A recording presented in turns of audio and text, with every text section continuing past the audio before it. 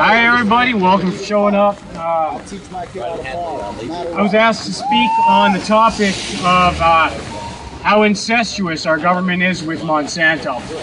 I wrote a speech. If it gets boring, I apologize. I'll do my best. I'm not really good at public speaking. Louder. I can do that. Wikipedia defines a democracy as a form of government in which all citizens have an equal say in the decision that affects their lives. And yet, do any of you feel like the government is allowing that? No! No. We have a government that refuses to listen to its citizenry. We have a government that is being controlled by big business. We no longer have a democracy. What we have is a corporatocracy. And all three branches of the government feel more beholden to companies like Monsanto than they do to the people who put them in office.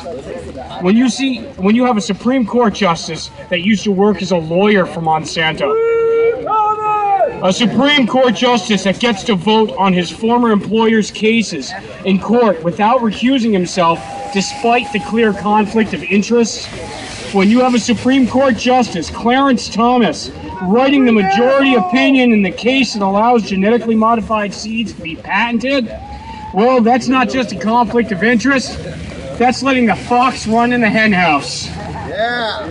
What we have is a company that has a revolving door in the U.S. government.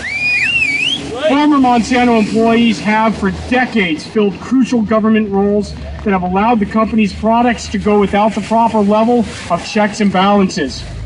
Michael Cantor was a lawyer for Monsanto, and he sat on their board of directors before he became the U.S. Secretary of Commerce.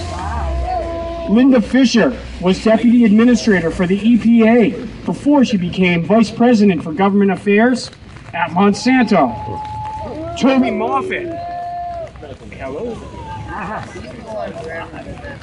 Oh yeah. All right, I'll yell it. I don't care. Yeah, yell it. Toby Moffett, Monsanto consultant and U.S. Congressman. Dennis Conseni, Monsanto legal counsel and U.S. Senator. Donald Rumsfeld, whom we all knew and loved as Secretary of Defense, was the CEO of Searle. No. Go ahead. Was the CEO of Searle. Can you hold? Anybody? Which merged with Monsanto. Ladies and gentlemen, our own former First Lady and former Secretary of State Hillary Rodham Clinton was a Monsanto counsel at the Rose Law Firm, and now she's a potential presidential candidate in 2016. Former Senator and presidential candidate Mitt Romney was instrumental in Monsanto's transition from notorious chemical company into the biotech behemoth that we all know today.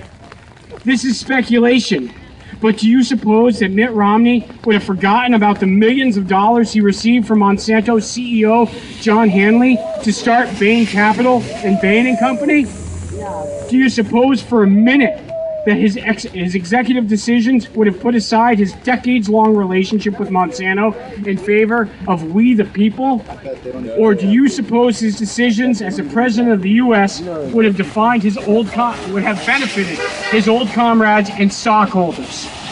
Now that, thankfully, did not come to pass. But I don't know that we are any better off. President Obama has basically handed Monsanto a free pass to do what they want by appointing Michael Taylor as the senior advisor to the Food and Drug Administration, the very regulatory body that is responsible for approving the genetically modified crops that have proven to be harmful to our planet and land and to all who consume them. Congress has given Monsanto regulatory immunity by allowing the Monsanto Protection Act to be approved. Are you seeing the trend, friends? We have a planet in the midst of a population explosion, and it's forecast to get much, much worse over the coming decades.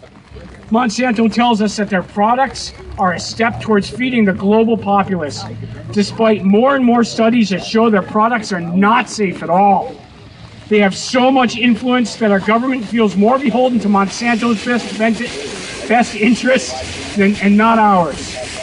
So I put it to you, if the vast majority of the public wants a small label that says may contain GMOs, on their food. But our government refuses to allow this to happen. And if our government refuses to protect us, our land, and our children from the domestic terror threat that is the biotech industry, then what are we going to do? What are you going to do? We're going to stand up for our rights. This is a call to action beyond today. That's right. This is a call to renegade farmers. This is a call to urban farmers. This is a call to conventional farmers, organic farmers, to backyard gardeners. This is a call to all consumers everywhere to boycott the products that are poisoning our land, our water, our bodies, our children, our future. This is a call to everyone, everywhere, to educate yourself on your choices. Educate yourself on what you are eating. Educate yourself on what you are doing when you choose to purchase a product from a heartless corporation like Monsanto.